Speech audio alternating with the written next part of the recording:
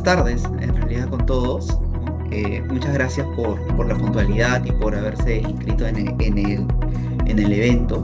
Mi nombre es Diego Parra, soy abogado senior aquí en CDR Consulting.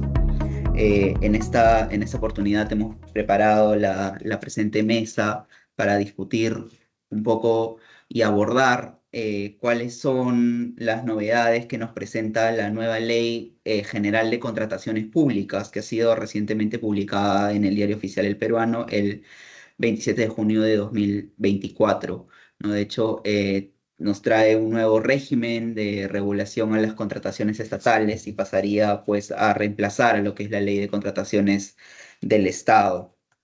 Tenemos acá con nosotros conectados a tres expertos en el tema. Tenemos por un lado a Ahmed Manjari.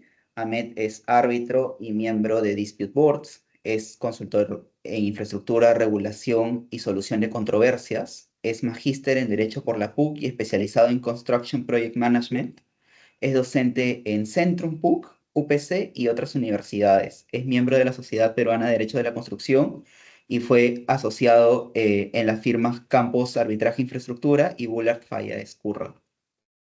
Tenemos también a Juan Carlos Pinto. Juan Carlos es abogado por la Pontificia Universidad Católica del Perú, es socio fundador de PRAE, Prevención y Solución de Conflictos, tiene estudios de posgrado en Derecho de la Construcción y Derecho de Energía en UPC, estudios en contratos FIDIC por King College London, estudios en maestría, gestión y políticas públicas por la PUC, en arbitraje comercial y de inversiones en Washington College of Law y en CIAMEN de Madrid, Universidad ESAN y otros. Es árbitro, miembro de DAPS y adjudicador. Pertenece al RNA del OCE y es parte de los listados del Centro de Resolución de Disputas de la Pontificia Universidad Católica del Perú, la Cámara de Comercio Americana, el Colegio de Ingenieros y de las principales instituciones arbitrales del país, además de pertenecer también a la Cámara de Comercio de México y al Centro de Arbitraje de Santa Catarina en Brasil. Tiene más de 15 años de experiencia en prevención y solución de conflictos en materia de construcción, contratos públicos y comerciales. Desde el 2020 hasta la fecha se encuentra en los rankings de las prestigiosas ranqueadoras Leaders League, Francia, y Who's Legal de Reino Unido. Y también nos acompaña la doctora Karina Zambrano. Karina Zambrano es fundadora del Centro de Arbitraje y Dispute Board de AZ International, de Asociación Zambrano, y del Centro de Conciliación Soluciona. Está inscrita en el registro de árbitros del OCE y de los principales centros de arbitraje del Perú y América. Es conferencista y promotora del uso de los MARCs. Es integrante del Dispute Resolution Board Foundation y socia del Club Español del Arbitraje. Desde hace más de 25 años resuelve controversias con el Estado y construcción mediante conciliación, arbitraje y actualmente mediante Dispute Adjudication Boards y JRDs. Eh, tenemos el gusto de contar con ustedes. Eh, Vamos a comenzar con un primer tema que está a cargo de Ahmed Manjari. Y la pregunta que tenemos es la siguiente, ¿no? Si, Ahmed, ¿consideras adecuada la implementación de los contratos estandarizados de ingeniería en esta ley, así como las nuevas regulaciones respecto a los acuerdos de gobierno a gobierno? Nos gustaría, digamos, que en los siguientes 15 minutos nos puedas comentar un poco tus apreciaciones y de repente a partir de ahí podemos pasar a conocer un poco también las apreciaciones del resto de los ponentes. Si el público tiene alguna pregunta o apreciación, agradeceríamos mucho que lo ponga en la ventana de chat, ¿no? Y al final de las exposiciones tendremos un espacio para atender las preguntas del público. Adelante, Ahmed. Bueno, no, nada, es un gusto, la verdad, estar acá, compartiendo con Karina, con Juan Carlos, muy agradecido con CDR por la invitación y además creo que estamos en una etapa bonita, valiosa para discutir respecto de lo que implica esta nueva ley de contrataciones del Estado. Claro, todavía salvo, como saben, algunas disposiciones no está vigente. En realidad, uno, como los abogados siempre hablamos de esto, entra en vigencia con el reglamento y a veces el reglamento lo que termina haciendo es modificando total o parcialmente o desnaturalizando o corrigiendo algunos elementos que a veces se le escapa al legislador cuando plantea una ley de contrataciones del Estado y además una ley que para todos nosotros es tan necesaria en términos de lo que tenemos que hacer, hacia dónde tenemos que invertir los recursos del Estado y cómo mejorar la calidad pues, de los bienes, de los servicios, de las obras. La pregunta concreta creo que lleva a considerar un poco algunos aspectos importantes que se encuentran en esta nueva ley. Para esto, creo que ya a este punto lo que termina sucediendo es que ha cobrado un espacio propio, para bien o para mal, las dinámicas, los circuitos que incluyen acuerdos gobierno a gobierno y la aplicación de contratos estandarizados. Definitivamente hay que plantear que lo que esta nueva ley trae o quiere hacer es establecer cuál es el espacio para la aplicación de los acuerdos gobierno a gobierno. Tuvimos muchas experiencias de acuerdos gobierno a gobierno, una muy importante a propósito de Panamericanos Lima 2019, que de hecho fue una aplicación exitosa, reconocida incluso a nivel internacional en cuanto a un modelo de integración y de trabajo conjunto entre gobierno y gobierno. Y lo que se quiere hacer es ahora intentar regular en qué casos aplican, bajo qué condiciones. Definitivamente lo que no puede pasar es que toda la contratación pública sea a través de acuerdo gobierno a gobierno, porque eso implicaría que de algún modo estamos renunciando a nuestra identidad, a la posibilidad de desarrollar nuestra propia práctica, de irla mejorando. Definitivamente es una oportunidad para mejorar nuestra propia práctica el hecho de tener este tipo de acuerdos gobierno a gobierno. La idea debería ser que en algún momento este tipo de acuerdos no sea necesario, seamos autosuficientes e inclusive sean otros los gobiernos los que nos inviten a aplicar nuestra propia práctica como una práctica exitosa. Creo que eso es lo que tenemos que pensar, eso es lo que tenemos que soñar en el ámbito de contrataciones del Estado y especialmente en obra con inversión pública. Bueno, voy a distinguir, hay que separar lo que es acuerdo gobierno-gobierno de contratos estandarizados. En el caso de los acuerdos gobierno a gobierno, no solo está pensado para la aplicación de contratos estandarizados, es más, puede haber, de hecho hay acuerdos gobierno a gobierno en donde no se aplica ningún tipo de contrato estandarizado. Por ejemplo, cuando se compra insumos vinculados a salud. Por ejemplo, cuando se hace compras militares. No necesitas ningún contrato estandarizado. Hay que separar ambos ámbitos. A veces da la impresión de que en el mercado en el que estamos se tiende a confundir uno con otro o integrar uno con otro. Y eso no es correcto. Creo que la norma va en buen sentido bajo la lógica de separar. Entonces, claro, cuando estamos hablando ¿de qué hablamos cuando hablamos de acuerdo gobierno-gobierno? Y hay una definición, para bien o para mal, en la norma. Las ideas fuerza es contrataciones entre el gobierno peruano y otro gobierno para la adquisición de bienes, servicios, ejecución de obra, mantenimiento u operación, y en este caso establece cuál es la regulación aplicable, ¿correcto? Derecho internacional privado. Importante la restricción. Es valioso la restricción porque plantea un foco, aunque deja de lado muchas otras posibilidades. ¿Para qué está pensado ahora, según esta nueva ley, los acuerdos gobierno a gobierno?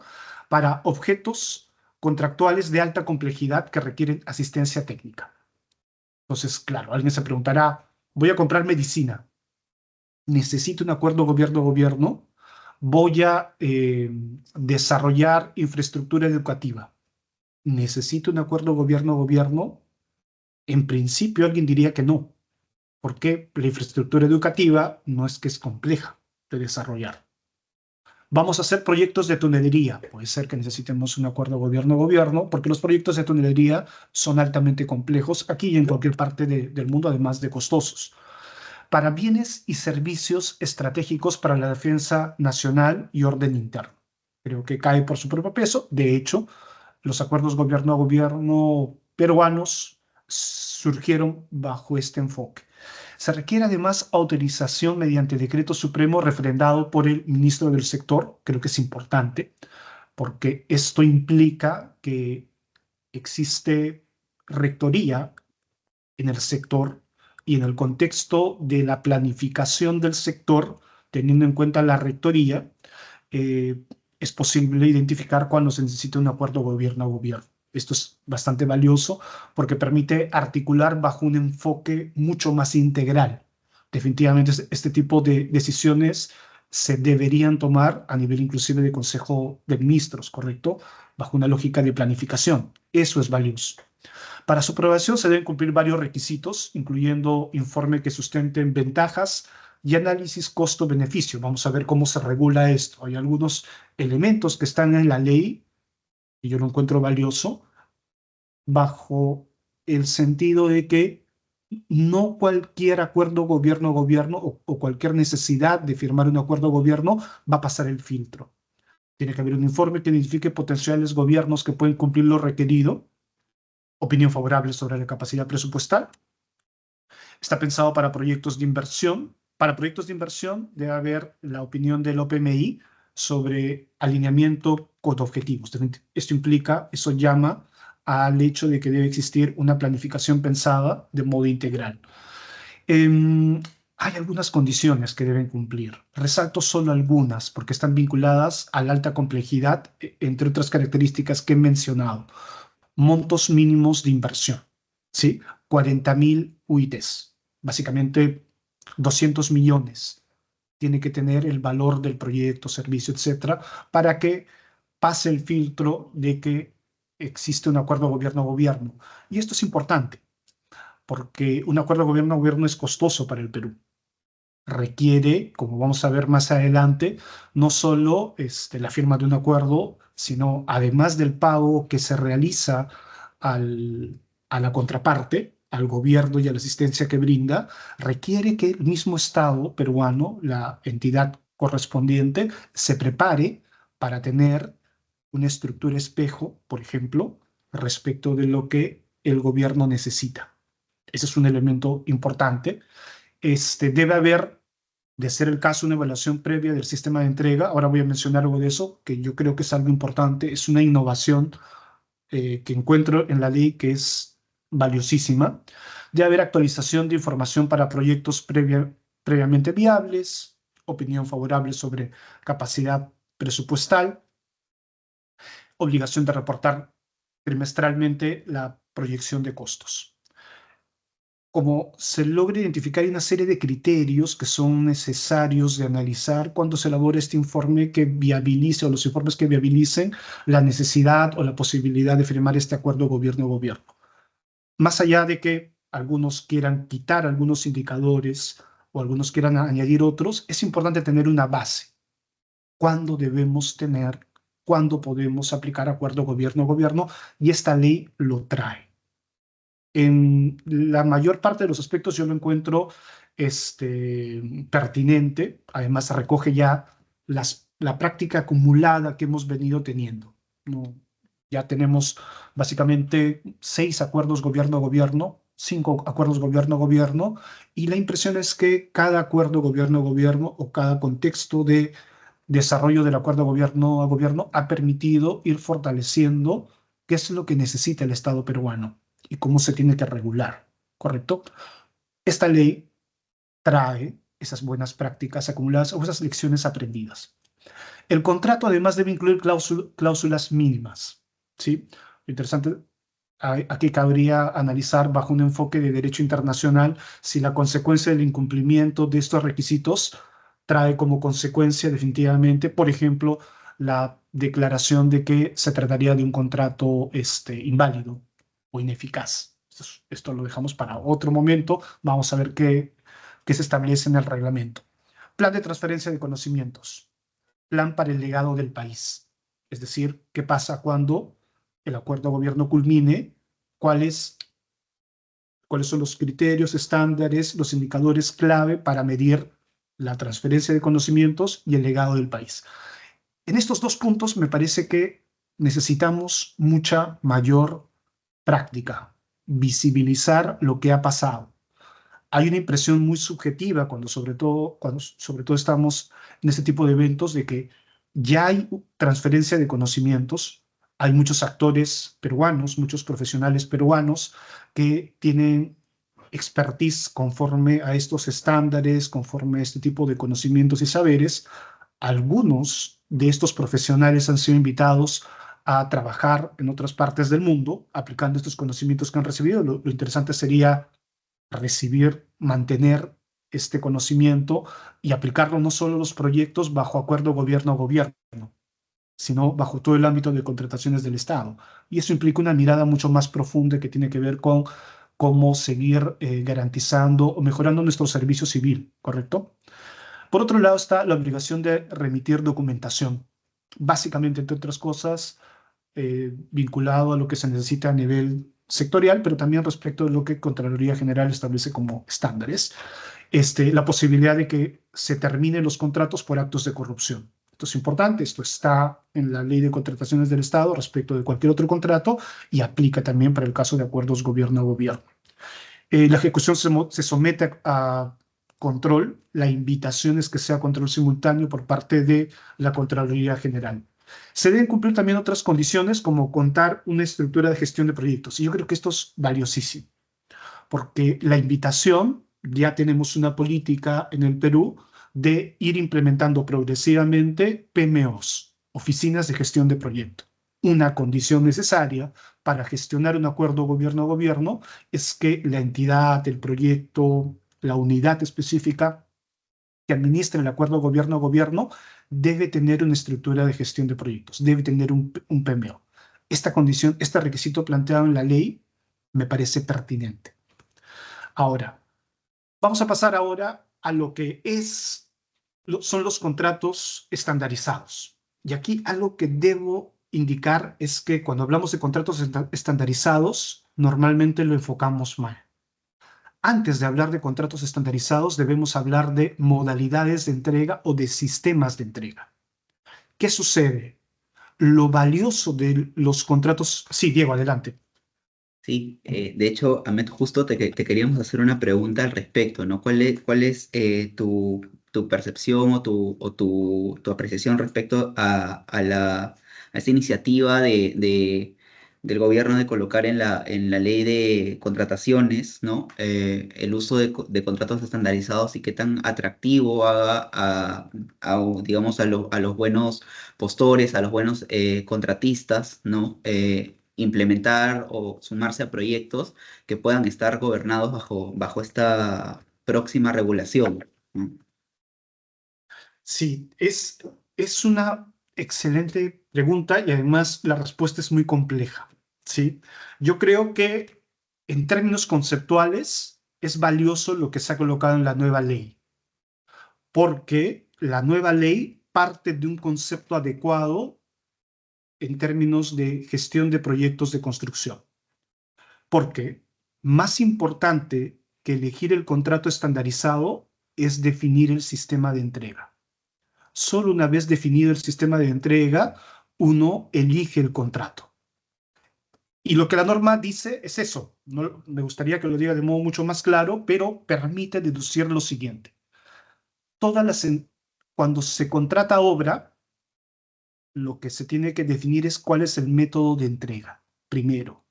Y según el método de entrega, entre otras condiciones, espero que esto esté en el reglamento de un modo mucho más explícito, recién se define qué tipo de contrato conviene.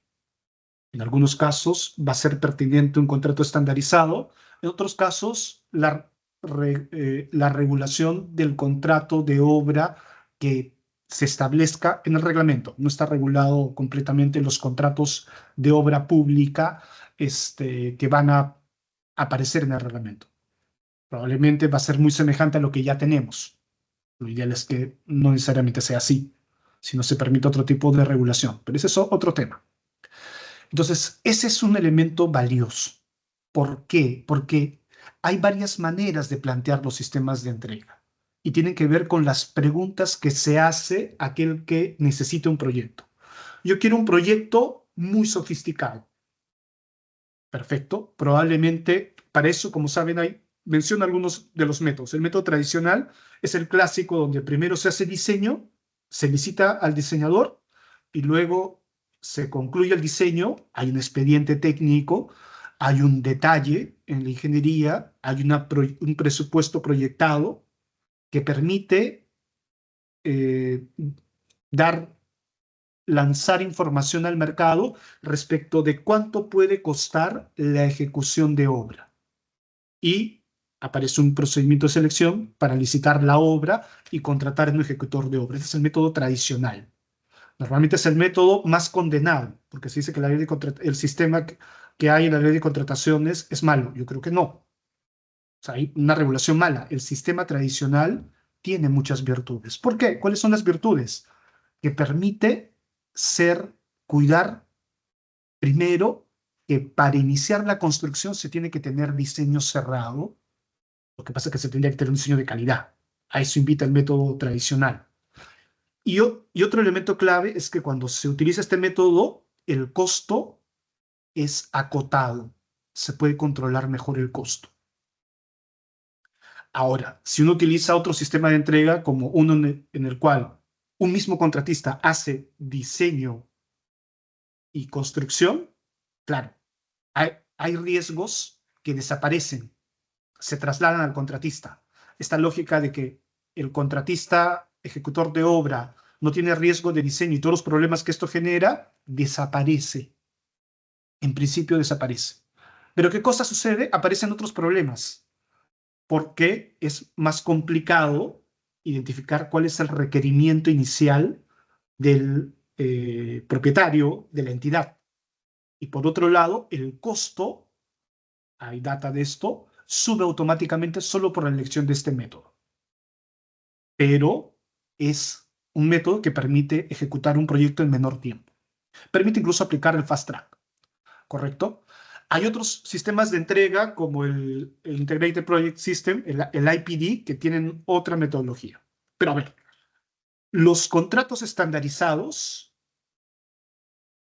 regulan o desarrollan distintos matices según sistema de entrega. Entonces, si es que uno opta por el sistema entrega 1, se abre automáticamente una gama de contratos estandarizados en FIDIC, en NEC o en contratación del Estado. Entonces, uno tiene que escoger cuál es el que le conviene al Estado peruano, a la entidad, ¿correcto?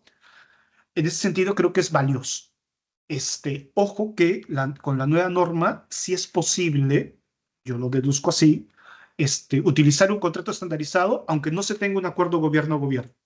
Y eso es bueno, aunque trae unos problemas. Si es que no se soluciona la cultura que tenemos en materia de obra pública, que es una cultura que invita al conflicto, vamos a decirlo así, formalista. Aunque apliques el mejor contrato estandarizado del mundo, esa obra va a fracasar. Porque el contrato te da herramientas, no te da soluciones.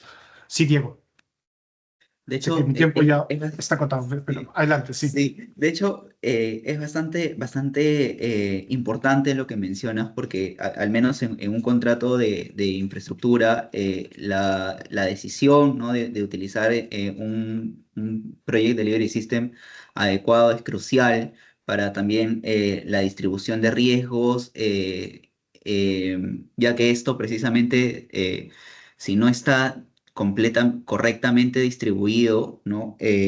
Puede generar pues estas controversias que finalmente terminan perjudicando al proyecto y terminan perjudicando a los stakeholders y a los usuarios, ¿no? Entonces es importante y bastante saludable que por una regulación el Estado peruano pues tenga ya esta aproximación conceptual cada vez más cercana a la necesidad de tener un sistema o de definir un sistema que termine pues en un contrato estandarizado, alineándose a prácticas internacionales, ¿no? Que ojalá si esto se termina aplicando de una manera adecuada, podría reducir la conflictividad y velar pues, por el impulso de el éxito de los proyectos, ¿no? Una ejecución exitosa. Justo hablando sobre o tocando el tema de la adecuación de un buen sistema y de la necesidad de prevenir controversias, ¿no? De hecho, tenemos también como parte de las novedades de la nueva Ley General de Contrataciones Públicas, ¿no? Avances sobre regulaciones sobre lo que eran las JRDs, ¿no? Y tenemos también regulaciones especiales sobre lo que son medidas cautelares en arbitraje de contratación estatal, ¿no? Entonces, aquí quisiéramos de repente, pasando un poco de tema, a conocer un poco la opinión de Juan Carlos. Juan Carlos Pinto es especialista, ¿no? En temas de solución de controversias. Y nos gustaría saber, Juan Carlos, si para ti existe algún avance en la regulación de la JRD en el diseño y construcción de obra pública, así como de las medidas cautelares en el arbitraje. Bueno, Diego, gracias por darme la palabra. Primero que nada, quiero darle las gracias a CDR, a Tatiana por la invitación. Es un gusto estar coincidiendo contigo nuevamente después de hace algún tiempo haber también compartido un tema académico. Me honra estar en una mesa con Ahmed y con Karina. Bueno, como ya señalabas, el tema que me han pedido conversar es la regulación de la JRD en el diseño y construcción. Si solo me remitiera a la pregunta, pues primero tendría que partir por señalar que la norma, acertadamente creo yo, ahora le da un espacio a estos contratos de ingeniería o diseño, ¿no? Y construcción. Y como estos temas, pues básicamente vamos a lo que apunta la regulación expresa que ahora se contempla en la norma, voy a ir un poco mencionando los artículos que la ley ha dispuesto, ¿no? El artículo 59 básicamente señala lo que son los contratos estandarizados y es saludable porque ahora establece un artículo específico en donde, mal que bien, establece una definición para los mismos. Son contratos, o sea, son modelos contractuales. Estos contratos estandarizados de ingeniería y construcción, ¿no? Son modelos contractuales creados por organismos internacionales del sector de construcción, pero ahí añade justo algo que probablemente nos va a tener en cierta espera, ¿no? Dice que son reconocidos como tales por la Dirección General de Abastecimiento, la DGA, mediante resolución directoral. Entonces, claro, la DGA va a sacar un RD a futuro, que todavía no existe, para justamente reconocerlos. Muy probablemente van a ser los que bien ha señalado Ahmed, ¿no? Los que conocemos básicamente FIDIC, NEC en sus múltiples versiones. Me parece que CDR ya en breve tiene un curso de capacitación sobre el Rainbow de los FIDIC, ¿cierto? Si no me equivoco. Bueno, entonces, este artículo también señala que para el caso de consultoría de obras, ejecución de obras y gestión de instalaciones, las entidades contratantes pueden utilizar contratos estandarizados. Les otorga una potestad para utilizarlo, algo que, si bien no era necesario establecerlo en un artículo, siempre generaba dentro de la nebulosa de lo que no está positivizado en el lenguaje del funcionario público, el temor de la discreción, de si usa o no usa algo. Ahora sí se establece la facultad de forma expresa, así que eso da cierta claridad en el terreno, ¿no? Obviamente estos contratos se rigen por su propio contenido, según el artículo 59.3, y claro, lo que sí es una novedad que yo creo que es más o menos saludable, es que en la ejecución de estos contratos, y siempre venía siendo, es normal en la práctica internacional, los plazos que se establecen en los contratos estandarizados para presentar reclamaciones, pues venían siendo interpretados eventualmente de acuerdo a cómo estas se venían presentando por el DAV o o el arbitraje, ¿no? Cuando esta obra acaba. Pero ahora la norma, la de contrataciones, la ley en el 59.4 le establece la calidad de caducidad, ¿no? El 59.4 lo que dice es que la pérdida del derecho para la norma de contratación pública es considerado como una de caducidad en materia de reclamación. Esto es más o menos lo que trae en diseño y construcción, yendo a ahora, un poquito más adelante en el artículo 78, establece un poco lo que ya todos sabemos sobre la solución de controversias que se contemplan en ese tipo de contratos, y dice pues que se rigen por lo regulado expresamente en las cláusulas del propio contrato. Es algo bastante obvio, pero la norma, para que no haya duda de quienes vayan a interpretar el contrato, pues establece con claridad que lo que se contempla en el contrato en su cláusula es justamente el medio de solución de controversias. Como ya sabemos, estos en su gran mayoría establecen los avoidance o los adjudication en lo que se refiere a boards, ¿no? A los DAP. Y finalizando estos, el arbitraje. Estos son los medios de solución de controversias que se contemplan en este tipo de contratos. Ahora ya es parte de la norma de contratación pública. Ahora, si vamos puntualmente a las juntas de resolución de disputa, eso me va a tomar algún espacio más, ya la norma puede ser comparativa con la anterior en lo que se refiere a alguna delicadeza que han tenido los artículos, por lo menos hasta ahorita en la ley. Cierto, como dijo Ahmed, está en pendencia la emisión de un reglamento. Se tiene 180 días todavía para que salga, y cuando el reglamento salga, muy probablemente se esperarán, si no es 60, 90 días. Así que tenemos un horizonte más o menos largo de tiempo para ir realizando aportes. Este tipo de eventos surge justamente para llevar a la reflexión, bueno, a los mismos expositores, iba a decir solo los asistentes, porque todos siempre podemos aportar algo, ¿no? El reglamento va a desarrollar todo lo que la norma ahorita lo está simplemente señalando de manera puntual, pero muy general, ¿no? No tan específico.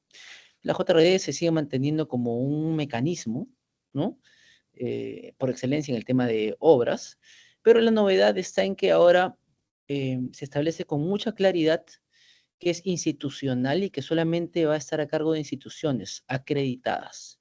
El OEC, que ahora cambia de nombre, se va a encargar de supervisar a estas instituciones, tanto las arbitrales como las encargadas de prevención y resolución de disputas, ¿no? Ahora se les llama preventivas también. Y su rol va a ser básicamente ¿no? El artículo 77 de la nueva ley establece los requisitos de estas instituciones, y básicamente es pues que tengan cierto tiempo de antigüedad, que tengan ciertos ISOs, ¿no? Legalidad y antisoborno, cuando se tratan de disputas que superan las 2000 UITs, ¿no?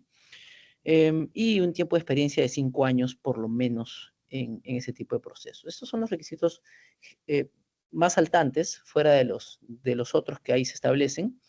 También la norma ahora se preocupa un poco por establecer que los listados, o sea, a ver, en arbitraje, como bien sabemos, existía el famoso RNA, que ya no existe, al menos a partir de cuando entra en vigencia esta norma, y se pensó que en algún momento iba a salir una lista de adjudicadores. Obviamente el mercado en tema de construcción ya es corto para el tema de adjudicadores, y adjudicadores buenos también no los hay tantos. El listado muy probablemente iba a desincentivar que ingenieros, técnicos, de algún modo se sometan a un procedimiento de ese tipo, ¿no? Ya con el RNA venía habiendo una serie de dificultades para convocar a árbitros de prestigio que todos conocemos en el sector. Pues esto probablemente iba a generar un problema quizá mayor en el tema de JRS, así que no había listado de adjudicadores, pero se pensó que probablemente iba a existir uno. Ahora esto se deja a la entera discreción y competencia de las instituciones tanto arbitrales como de JRDs, y el OCE solamente se encarga de supervisarlos. En la ley actual, tal como está diseñada en su artículo 77.7, dispone cuáles son los requisitos para un adjudicador, ¿no? Es un tema de experiencia en la materia, básicamente que sea 2 años como adjudicador o como supervisor de obras, o cumplir con los requisitos de árbitro que se establecen en un numeral anterior, ¿no? Que es 3 años en el sector público, desempeñándose en contratación pública o en el sector privado como árbitro o secretario, o como un profesional en materia de contratación pública. Eso es bien específico a lo que establece el reglamento, ¿no? Tanto como hay un registro, también hay ciertas infracciones que se contemplan en la ley, infracciones que son pasibles de sanciones. Las sanciones vienen con suspensión temporal o exclusión de los registros, ¿no? Y se refiere al registro de instituciones, porque cada centro va a regular su propio listado, ¿no? Ahora, dentro de los temas relacionados con cómo se comportan las instituciones y el rol que tiene el OS de supervisarlos, hay ciertas instituciones que puede llevar a que los centros salgan de este listado y con ello no puedan administrar futuros casos de manera temporal o exclusiva, ¿no? Resulta muy interesante esto de lo que trae la JRD en la ley, pero deja bastante expectativa para lo que va a venir en el reglamento. Hasta ahí lo de JRD. Si hubiese alguna pregunta sobre el tema específico de JRD, ya no escucharlas. El tema de cautelares es un rubro totalmente distinto, que trae algunas cosas que ya venían adelantándose en el decreto de urgencia 2020, relacionado básicamente con vamos a llamarlo así, desprestigio que habían tenido las medidas cautelares previas al inicio del arbitraje, ¿no? Estos arbitrajes de emergencia. Esto básicamente generó una serie de modificaciones, no solamente a la ley de contrataciones, sino a la misma ley de arbitraje, que venía siendo casi perfecta, por ser una copia idéntica, o hasta algunos dirían más sofisticada que la misma ley modelo UNCITRAL, y que claro, con esta modificación que fue directo a la norma general de arbitraje, pues generó mucho malestar en la comunidad arbitral en materia comercial, ¿no? El Estado pues vino sufriendo durante mucho tiempo, todos sabemos, decisiones cautelares de instituciones arbitrales que, vamos a decirlo en términos delicados, tenían poco tiempo de experiencia o de creación, y que, bueno, albergaban algunas decisiones emitidas por árbitros que quizá no eran del todo, digamos, bien fundamentadas, ¿no? Entonces esto generó que el Estado obviamente reaccione, y al tener al Estado como parte y al Estado en algún modo como legislador, pues ahora venga una norma ya más clara al respecto, ¿no? Las cautelares ahora creo que están ya bien protegidas para los temas de emergencia. Se dice básicamente que cuando esta sea contemplada, pues entonces esta procede, pero caso contrario, perdón, ¿me fui? Así es que soy. Pero caso contrario, el competente es el juez subespecializado en lo comercial, ¿no? O sea, la norma dice que es competente para resolver las solicitudes cautelares, ¿no?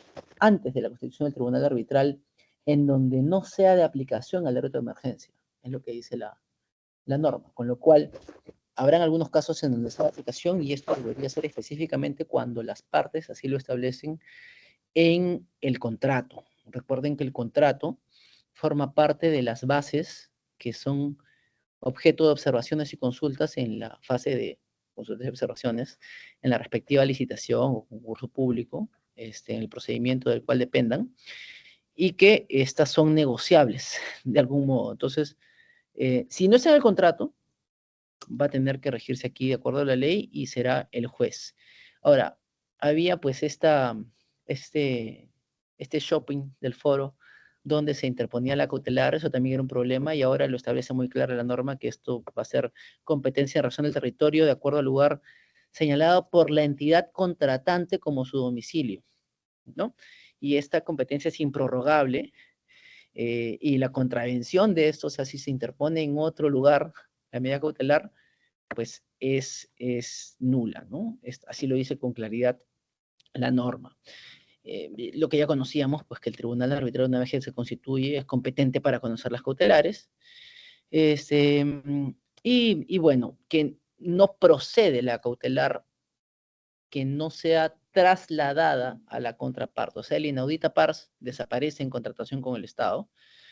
Y claro, novedad también, aunque ya venía avisado, es que no proceden las que impiden, paralizan, o retrasan el inicio o la continuidad, eso es bastante amplio, y ahí vienen los sectores, ¿no?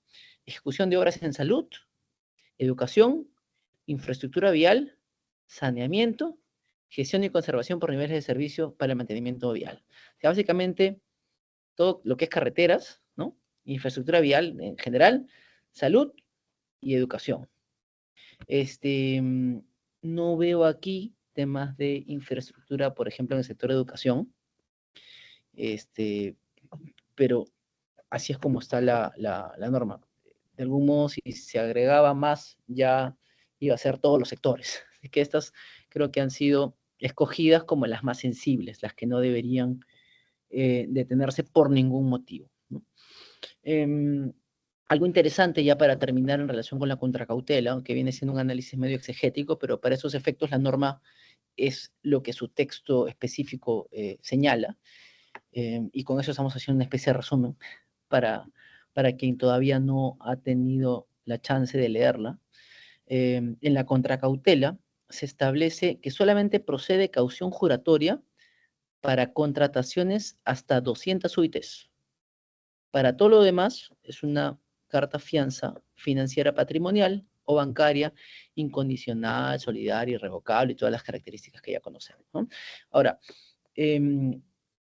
cuando la norma del DU 2020 salió a la luz, surgieron muchos casos en donde la contracautela como tal afectaba el derecho de aquellos petitorios cuyo monto era uno muy por menor de la fianza de fiel cumplimiento.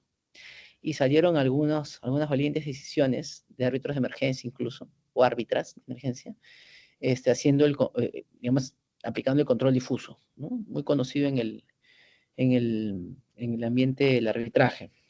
Eso obvio que lo puede hacer un tribunal arbitral, tiene competencia y facultad para ello, pero aquí la norma ha contemplado ese supuesto y ha señalado que en los casos en que em, la pretensión sea cuantificable y el monto en disputa es menor que la garantía de fiel cumplimiento, el valor de la contracautela es equivalente al monto de la pretensión referida en la solicitud cautelar.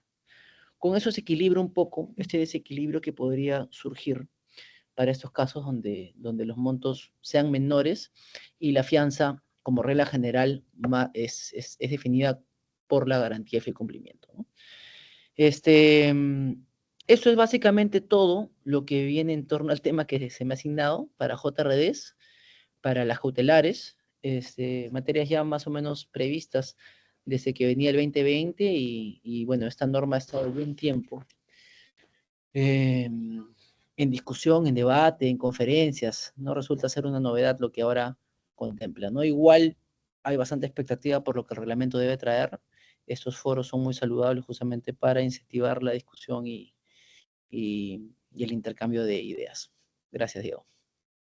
Gracias, Juan Carlos. Sí, la verdad esperamos también que el reglamento fomente y estandarice las mejores prácticas en solución de controversias, porque la verdad pues son clave para tener un proyecto exitoso, ¿no? No solamente en lo que es lo que sería ejecución de obras, sino también los otros compra de bienes, servicios que también que también requiere normalmente el Estado. De hecho, es muy importante precisamente tratar los foros de solución de controversias y me parece que has dado una explicación bastante ilustrativa sobre cuáles son las novedades y qué es lo que esperábamos de la norma, ¿no? De hecho, ahora también precisamente hemos preparado un panel para tratar parte de las discusiones que probablemente motivan la activación de estos mecanismos de solución de controversias. Y de hecho, para eso tenemos aquí a Karina Zambrano, ¿no? A la doctora Zambrano ya está conectada. Doctora, gracias Juan Carlos, queremos preguntarle su opinión, su percepción, ¿no? Sobre si usted considera que se ha mejorado la regulación de la ejecución de obra pública en cuanto a las causales de modificación y resolución del contrato. Muchísimas gracias por la bonita presentación. Bueno, yo creo que no tengo mucho que hablar, ya que Ahmed y Juan Carlos lo han hecho espectacularmente. Sin embargo, frente a la pregunta que me haces, quisiera enfocarlo desde un análisis crítico, ¿no? Basado en los casos que ahorita están resolviendo los adjudicadores, árbitros y conciliadores, y el impacto que ha generado la nueva ley de contrataciones públicas en cuanto a la construcción y solución de controversias de obras públicas. Quisiera comentarles de que el Perú desde hace 25 años, de manera indirecta, porque no fue pensado, tiene una cultura de solución de controversias mediante la conciliación, la Junta de Resolución de Disputas y el arbitraje.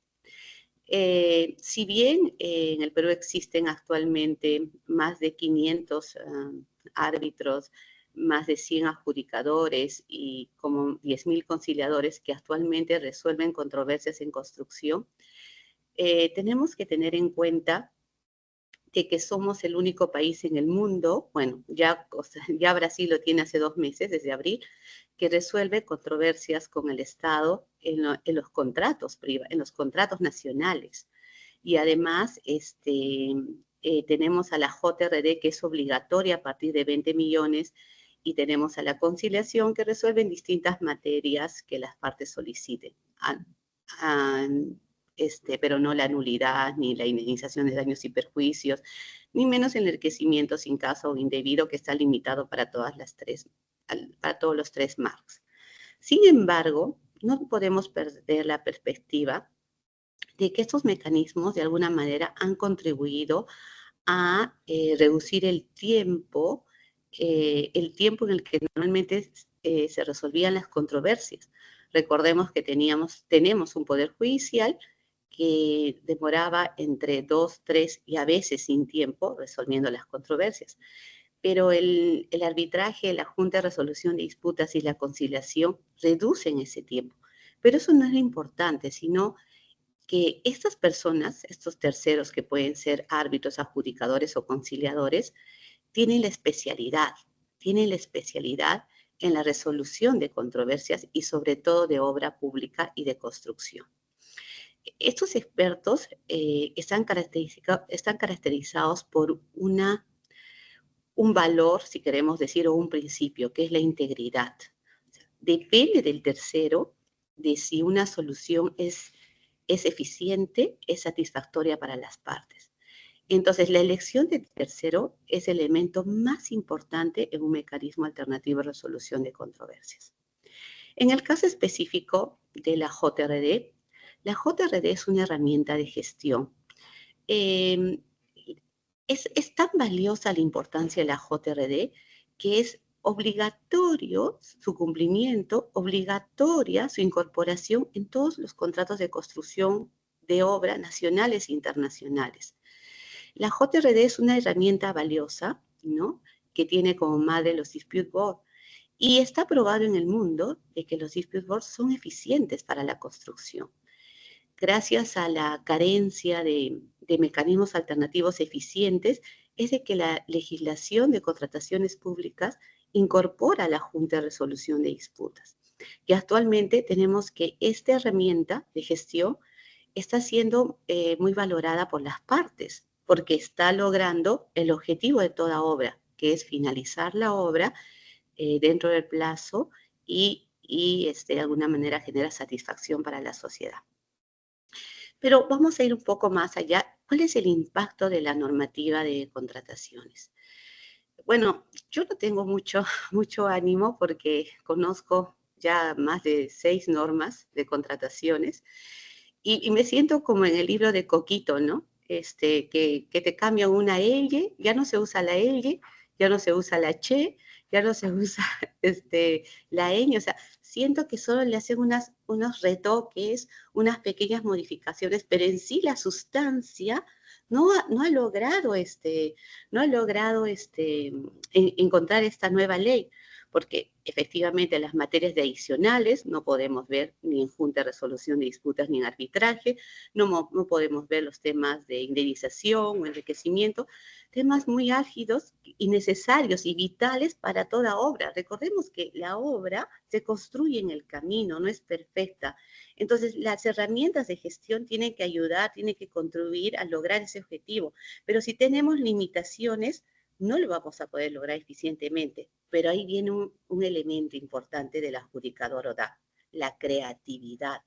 O sea, el adjudicador ODA tiene que ser creativo, tiene que encontrar soluciones dentro de las limitaciones de la norma, tiene que encontrar soluciones dentro de cada contrato y de cada conflicto y controversia.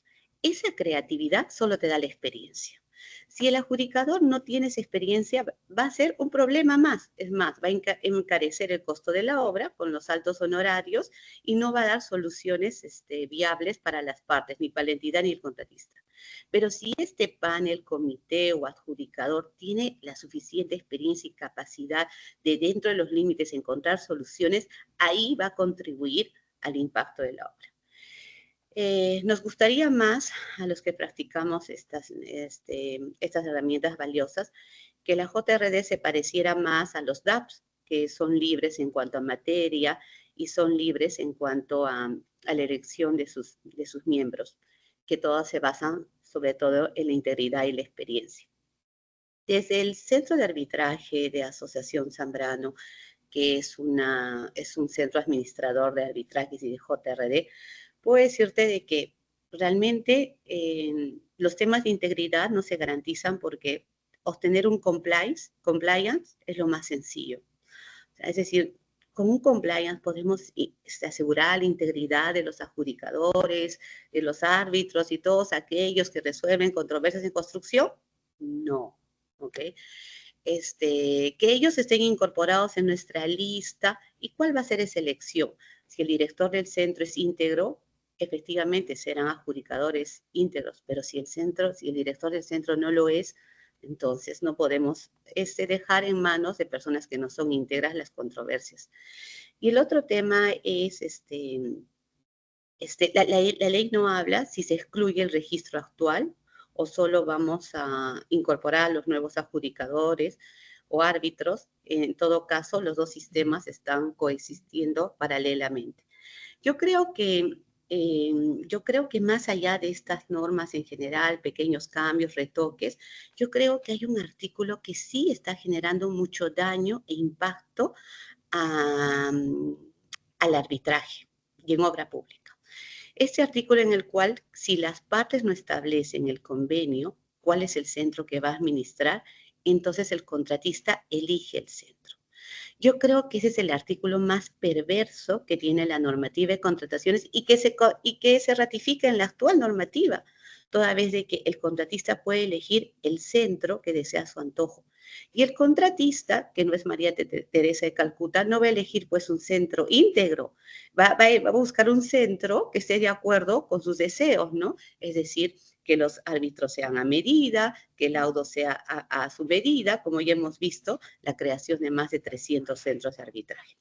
Esto es muy peligroso, no solo para el Perú, sino para el arbitraje en el mundo. Es decir, frente a que los centros, los árbitros, los adjudicadores, la entidad, las partes y contratistas tienen que cumplir estrictamente los principios de buena fe, debido proceso, autonomía y voluntad, tenemos centros que esos principios no los cumplen. O sea, los principios fundamentales no los cumplen, pero sí cumplen los requisitos, sí tienen compliance, sí tienen página web, sí tienen secretaría, o sea, tienen la forma, ¿no? Tienen un buen maquillaje, pero la esencia no la tienen. Entonces, ¿cómo podemos continuar, ¿no? Promoviendo el uso de los MAR, del arbitraje, la junta, la conciliación, si tenemos centros perversos, ¿no? Que son organizaciones criminales en las cuales el único objetivo es favorecer a una de las partes y enriquecerse los fundadores, directores o empresarios. Esto es muy peligroso para el arbitraje y para el mundo, porque el impacto que genera es que no hay justicia. Recuerden que al existir los MARS como mecanismos alternativos que coadyuvan en la justicia en nuestros países, es que el Poder Judicial no era una opción. Entonces, ¿cuál es la opción? Los árbitros. ¿Cuál es la opción? Los adjudicadores, los conciliadores, los mediadores. Esa es la opción. Pero si tenemos centros y que centros con conciencia, dolo y voluntad se organizan específicamente para favorecer a una de las partes, específicamente para perjudicar a árbitros, para perjudicar al Estado, entonces, ¿de qué estamos hablando? Yo creo que en realidad la normativa actual de contrataciones no está recogiendo el clamor de la ciudadanía. Entonces, no puede ser que cada presidente exija una nueva normativa de contrataciones porque así es una moda, es un lujo, pero la esencia no está. Siguen los contratistas sufriendo, siguen los contratistas teniendo decisiones injustas, sigue la entidad recibiendo arbitrajes de emergencia, medidas cautelares que entorpecen el normal desarrollo de la obra.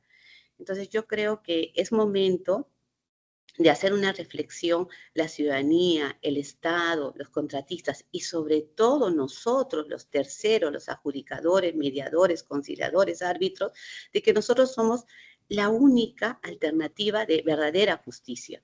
Y tenemos que lograr ese objetivo, y podemos hacerlo juntos. Realmente yo felicito la ponencia de Juan Carlos, de Ahmed, ha sido muy, muy explícita.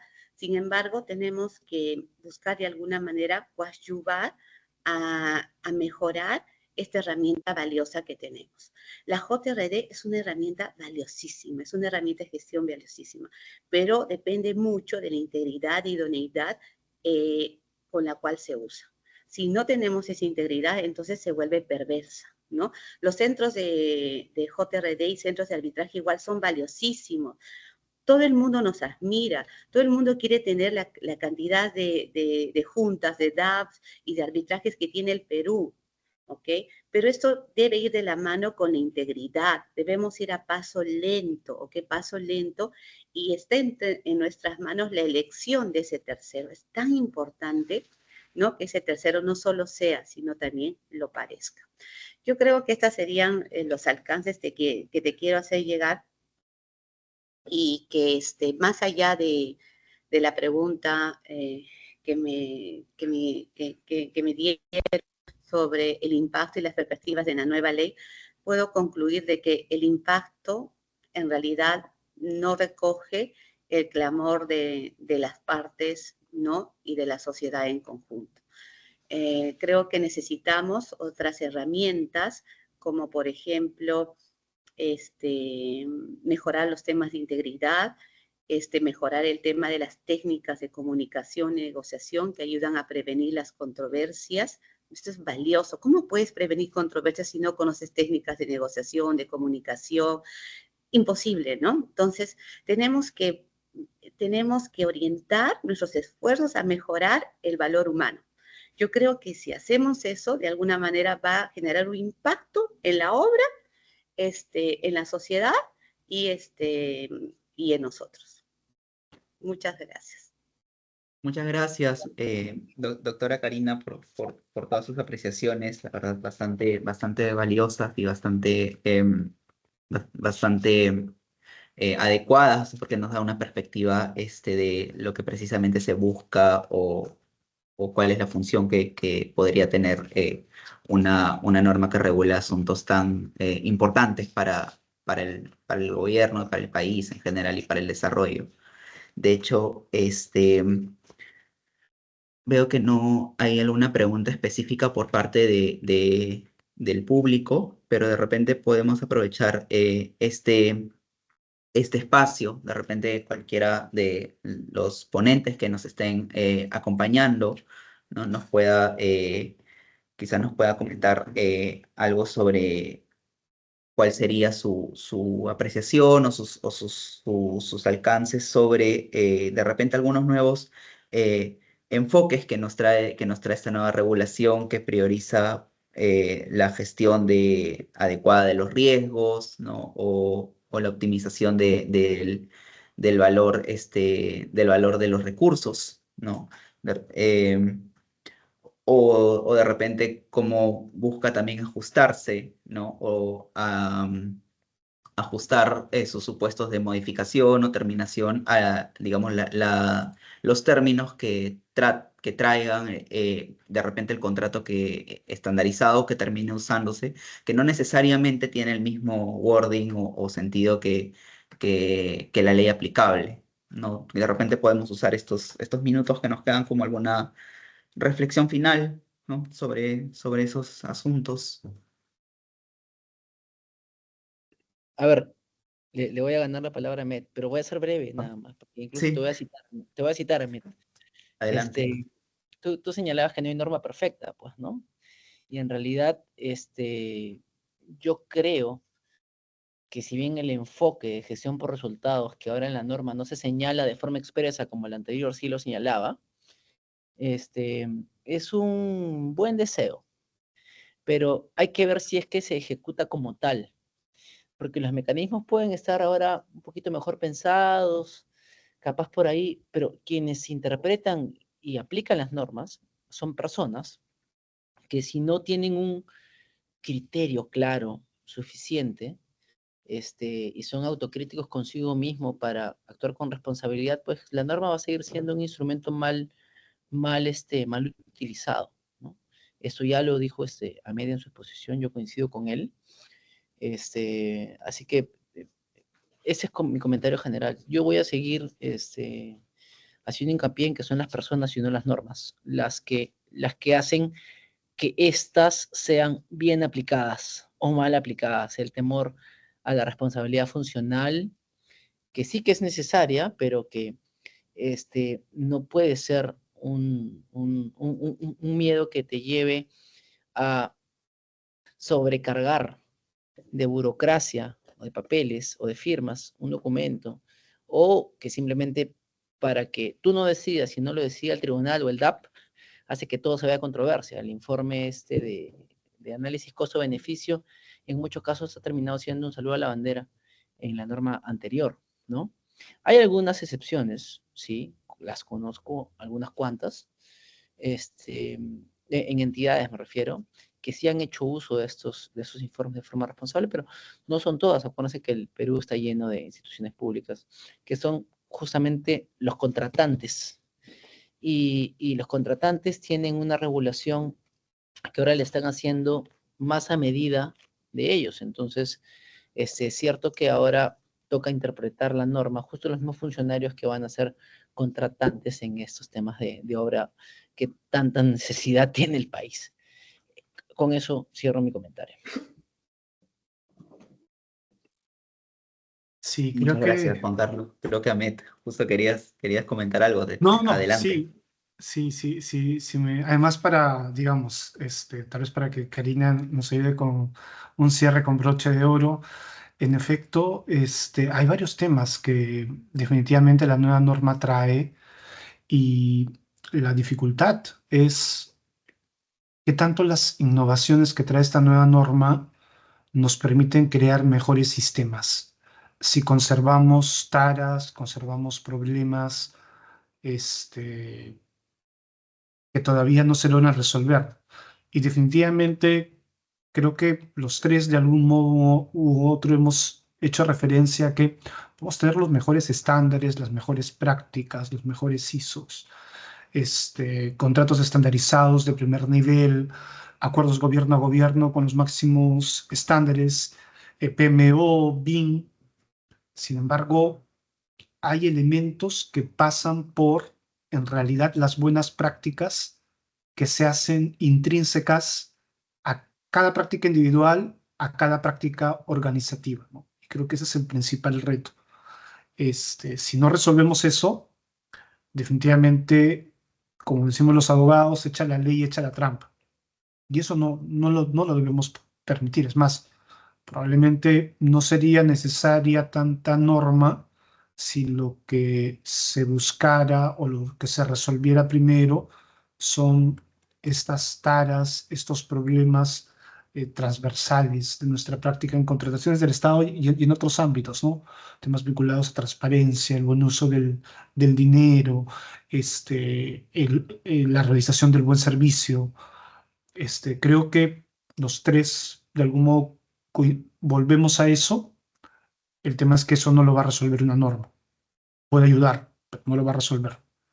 La pregunta sigue estando pendiente y me temo que cada uno tiene una respuesta con su propia práctica a esa gran pregunta, que es una pregunta vital, ¿no? Eso. Una invitación, creo que definitivamente, para que cada uno de nosotros siga mejorando su práctica personal, su práctica en su entorno, y así resolvamos de modo transversal los grandes problemas que en realidad están ahí, que requieren otro tipo de práctica. Eso. Gracias nuevamente por esta oportunidad y, bueno, no, que atento a cualquier pregunta también del público, ¿no? Muchas gracias, Ahmed. Creo que estaba también vinculado un poco a la reflexión también que nos trajo la doctora Karina, ¿no? Sobre cómo es importante que nosotros, todos los que practicamos de alguna manera o asumimos algún rol en la gestión de algún proyecto, ya sea en la fase de resolución de conflictos o de ejecución contractual, tengamos pues un alineamiento con las mejores prácticas que nos permitan fomentar, digamos, un éxito en el proyecto y no perdiendo de vista pues la finalidad para la cual se convoca. De repente, doctora Karina nos puede, digamos, acompañar con algunas reflexiones finales, ¿no? También sobre esta sección. Gracias, Diego. Bueno, creo que tenemos que incidir, aparte del tema humano, el recurso humano, en el tema de la gestión financiera de las obras, ¿no? Los abogados tenemos una carencia, ¿no? Que es el tema financiero, el manejo, ¿no? Y los ingenieros también. Entonces, tenemos que incorporar a expertos, especialistas que contribuyan con las herramientas de gestión, herramientas de finanzas para que los contratistas y las entidades tengan herramientas como el fideicomiso, ¿no? Tengan herramientas como las cartas fianzas, que sea más fácil la obtención de ellas, pero cumpliendo ciertos requisitos, porque si un contratista quiere obtener una carta fianza, tiene que depositar el 100% de ese monto y en todo caso embarga su casa, su bien, y al final el Estado no le paga dentro de los plazos y se queda sin casa, sin bien. Bueno, ya conocemos esta historia de los contratistas, pero el Estado también tiene que capacitarse en herramientas de gestión. O sea, el Estado tiene una gran deuda, que es la falta de capacitación. El Estado no quiere capacitar. Entendemos que tienen muchas horas de trabajo, entendemos que están extenuados, pero la capacitación mensual es indispensable. La capacitación cambia las vidas, alinear los conceptos, identificar el cuello de botella, por qué no está funcionando toda la entidad estatal de la misma manera, por qué unos riegan para la derecha, otros para la izquierda, otros retroceden, otros van adelante. ¿Qué pasa con las decisiones? Entonces, la herramienta de capacitación, la herramienta de la gestión financiera, yo creo que por estos momentos debemos darle bastante fuerza y, bueno, reiterar, ¿no?, la integridad. O sea, sin integridad no sirve ninguna herramienta. Así tengan el mejor documento, así tengamos los mejores contratos, FIDIS, NEC, o sea, no sirve si no hay integridad. Si el que la usa no tiene esa buena fe, si el que la usa no está pensando en los demás, si no está pensando en su bolsillo. Entonces, tenemos que buscar, ¿no? Tenemos que encontrar profesionales que hablemos el mismo idioma. O sea, nosotros aquí somos servidores, y servidores de las partes, servidores de la entidad, servidores del contratista, servidores de la sociedad. Y ese es el aspecto más importante, yo creo, en las contrataciones públicas. Pero no depende solo de mí, ¿no? Depende de todos. Y gracias por esta charla, porque así permites que nosotros, ¿no?, comentemos a las partes cuál es nuestro pensamiento sobre la obra pública, sobre la nueva ley de contrataciones, y nos permite de alguna manera llegar a las casas con un granito de arena. Muchas gracias. Felicito a la organización liderada por Tatiana. Muchas gracias. Y a Diego por tu amable invitación. Y compartir con Juan Carlos y Ahmed ha sido un lujo. Muchas gracias. Muchas gracias con todo. Solamente antes de cerrar, nada más, tenemos una pregunta del público en el chat.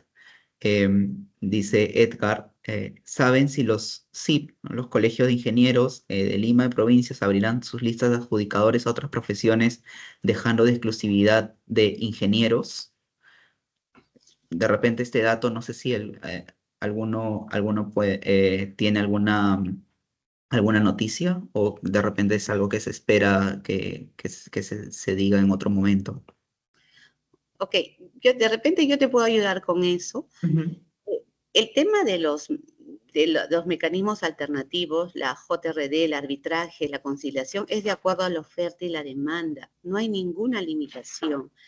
Entonces, si los colegios ingenieros de provincia se ponen pilas, pueden constituir su centro de arbitraje, su centro administrador de JRD, solo que tienen que esperar los 4 o 5 años que te exige la norma. Pero no hay ninguna limitación. Entonces, es la falta de conocimiento que hace que se centralice, ¿no?, los adjudicadores o el arbitraje en los colegios de ingenieros de Lima, y a provincias no se traslade esa información. Entonces, tenemos que seguir capacitando. Pueden constituir, no hay ninguna limitación, solo hay que organizar, ¿no?, cumpliendo con los procedimientos que establece el OCE, y sobre todo cumpliendo con los altos estándares internacionales, porque lo que hacemos es dar justicia, servir justicia. Bueno, yo coincido con Karina, pero yo creo que más que una pregunta es una provocación, Diego, ¿ah? Edgar parece que está desconforme con lo que viene pasando en el CIP. Esto es conocido, ¿no? De hecho, yo creo que coincido con Edgar, porque imagino que ahí va su pregunta. Creo que los abogados sí son necesarios, porque no sabes en qué momento va a venir una interpretación legal dentro de la materia que una JRD o un DAP puede tener en la mesa, ¿no?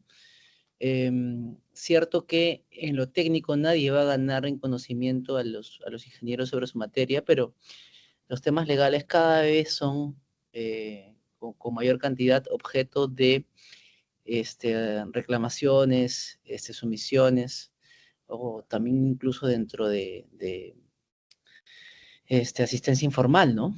De hecho, justamente a veces este lenguaje, estos soft skills que deben tener los adjudicadores, digamos, de cara a los abogados, creo yo que muchas partes van asistidas con sus equipos, y estos intentan protegerse legalmente, entonces esperan a veces una comunicación de carácter de interpretación legal cuando las desavenencias, siendo ese su término, están empezando, para no escalar y convertirse en controversia. Entonces yo creo que sí sería saludable. No sé cuándo vayan a abrir sus puertas a otras profesiones, hablando de abogados, pero es algo deseable. Ahí dejo la pregunta, porque no trabajo en el Colegio de Ingenieros, pero a ver, Ahmed. Sí, yo creo que es una pregunta complicada, porque en efecto está enfocada a ver, lo planteo así. En la experiencia internacional, es normal y es hasta diría saludable que los dispute board sean todos ingenieros. No hay ningún problema en eso, ¿no? Definitivamente, en la experiencia internacional, sobre todo en el ámbito anglosajón, es muy común encontrar ingenieros que han estudiado Derecho, que son abogados. En la práctica peruana los hay también. Sin embargo, en el caso de nuestra Junta, bueno, ahora es Junta de Prevención y Resolución de Disputas, es algo particular. Pasó lo que pasó con el arbitraje, que se convirtió obligatorio y además se convirtió en una especie de arbitraje con derecho administrativo. No tiene la misma naturaleza que el estándar contractual que tiene un dispute board. Hay mucha norma que hay que tener en cuenta. Entonces, yo ahí identifico un gran riesgo, que las veces que he conversado lo he dicho. Es más, varios amigos, ingenieros, cuando alguna vez me hacen algunas consultas, identifico que hay nociones que son propias de los abogados que aparecen en estos pedidos de decisión que les hacen. El gran riesgo que yo veo es que, y ya está pasando, he visto por ahí algún elemento, que hay decisiones que probablemente bajo un estándar alto serían nulas, porque no se toma en cuenta la norma. ¿Y qué pasa la gran pregunta es, ¿qué pasa cuando una decisión es nula? ¿Es exigible? ¿Qué pasa con el estándar, con las obligaciones contractuales que tiene la JRD en el ámbito de su contrato tripartito cuando ha ido en contra de una norma de carácter imperativo? Para empezar, alguna medida extrema puede llevar a que esa decisión se considere como nula e inacatable. Y lo que es un buen producto se va a convertir, me refiero al servicio de JRD, en un servicio peligroso. Y eso es lo que hay que cuidar. Creo que en ese sentido, creo que los abogados podemos dar valor a la JRD y es importante que los abogados participemos en la JRD. Puede ser hasta asesorando, no necesariamente siendo parte de la JRD. Y eso tiene que ver mucho con la sabiduría que tienen los ingenieros y que deberían tener los ingenieros. En la profesión de los abogados hay mucha soberbia. En la profesión de los ingenieros también. Y la soberbia no ayuda cuando se trata de esas instituciones. Hay que ser cuidadosos. Estamos manejando algo muy cuidadoso, algo de cristal. Y hay que tratarla de ese modo, sí. Y para ser concreto, ya saben del pedido y de la recomendación gremial, vamos a decirlo así, que hay para que sea interdisciplinario, pero entendemos que hay una decisión institucional de hasta que veamos algún elemento todavía de no apertura. El peligro es que eso termine perjudicando más bien la figura de la JRD. Ese es el gran riesgo que yo identifico. Eso. Muchas gracias, Ahmed, por estas valiosas apreciaciones. Entonces, bueno, considerando atendida esa consulta, creo que podemos dar un cierre al panel, ¿no? Nuevamente, quiero agradecer a los ponentes, ¿no? Por todos los alcances que nos han dado. Han sido bastante ilustrativos y por compartir mucho desde su experiencia en estos temas que la verdad esto van a traer, pues una vez ya entre en vigencia esta norma, ¿no? Van a traer bastantes novedades prácticas que va a ser interesante ir desarrollando, ir conociendo. Y también, bueno, a los asistentes, la verdad que muchas gracias por conectarse y los invito también siempre a estar, digamos, actualizados y a conocer cómo se va desarrollando y estar al tanto de cómo esta norma pues va a tener una regulación complementaria en el reglamento y cómo, digamos, en la práctica termina materializándose estas buenas intenciones que podría estar por parte de los legisladores en tratar de estandarizar y traer nuevas prácticas a la contratación pública. Con eso, nada más que agradecerles y creo que podemos dar por cerrado el panel. Muchas gracias nuevamente.